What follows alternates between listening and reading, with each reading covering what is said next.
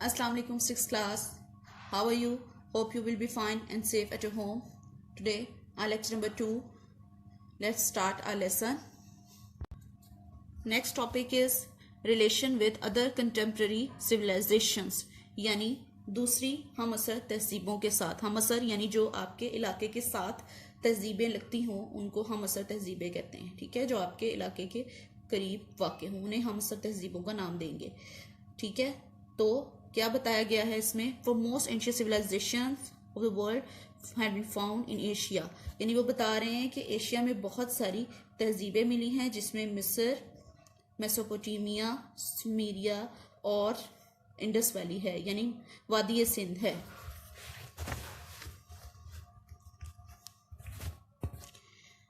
ठीक है, ये सारी जो है वो हम असर तहजीबें हैं. The Indus Valley Civilization had trade relations with Southern Iran. Indus Valley Civilization के ईरान, इराक, मिस्र और खलीज फारस के साथ जो है वो तिजारती ताल्लुकात थे, यानी इन हम असर तहजीबों के साथ. इसके अलावा मिस्र, इसके अलावा वादी सिंध, दजला, फरात और वादी नील को जो है वो क्रेडल ऑफ सिविलाइजेशंस कहा जाता है, यानी तहजीबों का गहरावारा. ठीक है, it had also commercial and religious relation with Sumeria and Babal civilisation. ठीक है, इनके सुमेरिया और बाबल के साथ जो है वो तिजारती ताल्लुकात थे. ठीक है, during excavation in Sumeria sealed of Indus valley utensils and pictures of hump bull are found on stone bowls. वो बता रहे हैं कि सुमेरिया की खुदाई के दौरान जो है वो वादी सिंध की तहजीब की बर्तन और कोहान वाले बैलों की तस्वीरें मिली हैं. ठीक है, ये जो है वो साइंस जो है वो हमें काफ़ी जगह पर मिले हैं, यानी इजिप्ट में, मिस्र में भी मिले हैं, इराक में भी मिले हैं. ठीक है, यहाँ पर इस बारे में बात की गई है. इसके अलावा जो है वो खुश्क फलों की, खुश्क चीज़ों की और ज़मुर्द की तिजारत करते थे वो. ठीक है, मेसोपोटामिया में भी इसी तरह से जो है वो इनके असरात मिले हैं और मेसोपोटामिया के साथ भी इंडस वैली के ट्रेड रिलेशन थे. ठीक है, यहाँ पर आर्ट एंड हैंडीक्राफ्ट्स जो है वो किया जाता था, ट्रेड किया जाता था. ठीक है, ट्रेड सिस्टम जो है वो बार्टर सिस्टम के ज़रिए होता था. और जो है वो इसके अलावा जो फार्मर्स हैं, जो यानी वहाँ के किसान हैं, वो अपनी आमदन को एग्रीकल्चर के ज़रिए जो है वो बढ़ाते थे. ठीक है, कॉटन, वुल और हैंडीक्राफ्ट्स यानी दस्तकारियों की भी तिजारत होती थी. ठीक है, नेक्स्ट पेज पे आ जाते हैं. Religious believes of Indus valley. ठीक है, रिलीजियस बिलीव्स यानी उनके मजहबी मामलात कैसे थे. तो हम देखते हैं कि उनके मजहबी मामलात कैसे थे. The religion of Indus valley civilization could not be guessed through any composition, यानी किसी भी तरीके से जो है वो मुनासिब हमें नहीं निशानात मिलते कि उनका मजहब आखिर क्या था. यहाँ पर गॉड्स और मदर गॉडेसेस मिलती हैं. ठीक है, क्ले स्टैचूज मिलते हैं, वर्शिपर्स क्ले स्टैचूज मिले हैं. ट्रीज को यानी दरख्तों को वो हॉली वैल्यूज के लिए समझते थे और जो है वो एनिमल्स को भी वर्शिप करते थे, इबादत करते थे. इसके अलावा गैंडे, बैल और शेर की भी मोहरें मिली हैं, जिससे पता चलता है कि ये इन चीज़ों की इबादत करते थे. Indus valley people buried their dead bodies as well as burn them. Indus valley के लोग क्या करते थे, जो है वो ना सिर्फ अपने मुर्दों को जलाते थे बल्कि दफना भी देते थे. Social system and prominent feature. Social system क्या था, यानी मुआशी निज़ाम.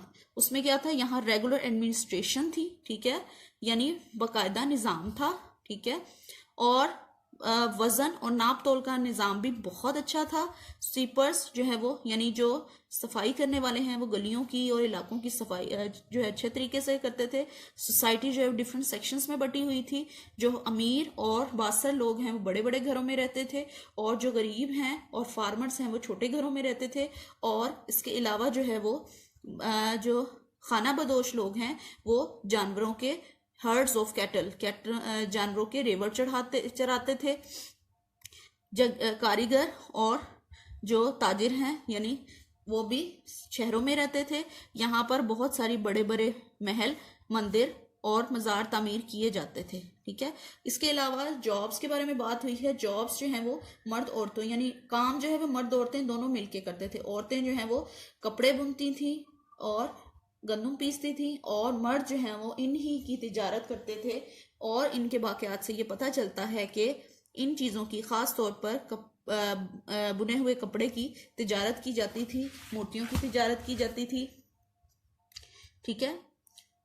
और ख़वातीन क्या पहनती थी? नेकलेस पहनती थी, स्ट्रिंग्स पहनती थी, डोरियां पहनती थी, चूड़ियां पहनती थी और लहंगे का इस्तेमाल करती थी, जबकि मैन शॉल पहनते थे। स्क्रिप्ट यानी लिखाई। ठीक है। इसमें हमें पता चलता है कि इनकी लिखाई कैसी थी। उनका एक स्क्रिप्ट दिया गया है, यानी जो है वो इनकी लिखाई को बताया गया है। आसार कदीमा के इदारे यानी वो लोग जो ऐसे सिविलाइजेशंस जो हैं वो एक्सकवेशन के दौरान हमें मिलती हैं, उनके बारे में जो डिस्कस करते हैं, डिस्कवर करते हैं, वो ये बताते हैं कि इस राइटिंग की समझ नहीं आती। ये बहुत सारी राइटिंग्स को मिलाकर बनाया गया है। इस राइटिंग का अभी तक कोई भी सुराग नहीं लगा सका। ठीक है। एग्रीकल्चर पे आ जाते हैं। The soil of Indus valley was fertile. ठीक है। यानी कि जो इसकी मिट्टी है वो बड़ी जरखेज थी, बहुत जरखेज इलाका था ये। और उनकी दौलत का इन्हिसार भी इसी जरखेजी पे था, यानी वो फसलें उगाते थे और उनको बेचकर अपने लिए दौलत जमा करते थे। ठीक है। बहुत सारे लोग फार्मर्स थे और जो है वो जंगलात को भी काटते थे।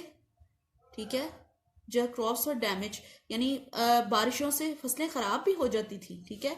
People retain water to make banks. लोग जो है वो पानी को स्टोर करते थे दरियाओं फॉर ऑन रिवर्स, दरियाओं पर बंद बांधते थे फॉर कल्टीवेशन यानी आबाशी के लिए। ठीक है। The science of crop have been found from the settlements, यानी इनके फसलों के भी बाकियात मिले हैं। ठीक है। इसके अलावा कौन कौन सी फसलें उगती थी? वीट गेहूं, माइलेट बाजरा, बार्ले, जौ, वेचिस दालें, पीस, इंडियन माइलेट यानी जवार, इन सब चीज़ों की जो है वो बाकियात मिलते हैं, जिससे ये पता चलता है कि ये कौन कौन सी सब्जियां खाते थे। ठीक है। तो आज के हमारे हमारा लेसन ख़त्म हुआ और इसके साथ आपने सवाल नंबर 2 करना है, सवाल नंबर 3 और सवाल नंबर 4 याद करना है।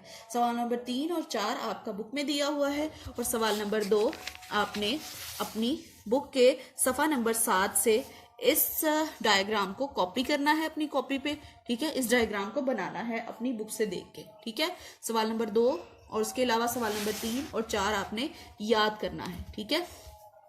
अपने लेसन को अच्छी तरीके से याद करिएगा और अपना ख्याल रखिएगा। आज का लेक्चर खत्म हुआ। अल्लाह हाफिज।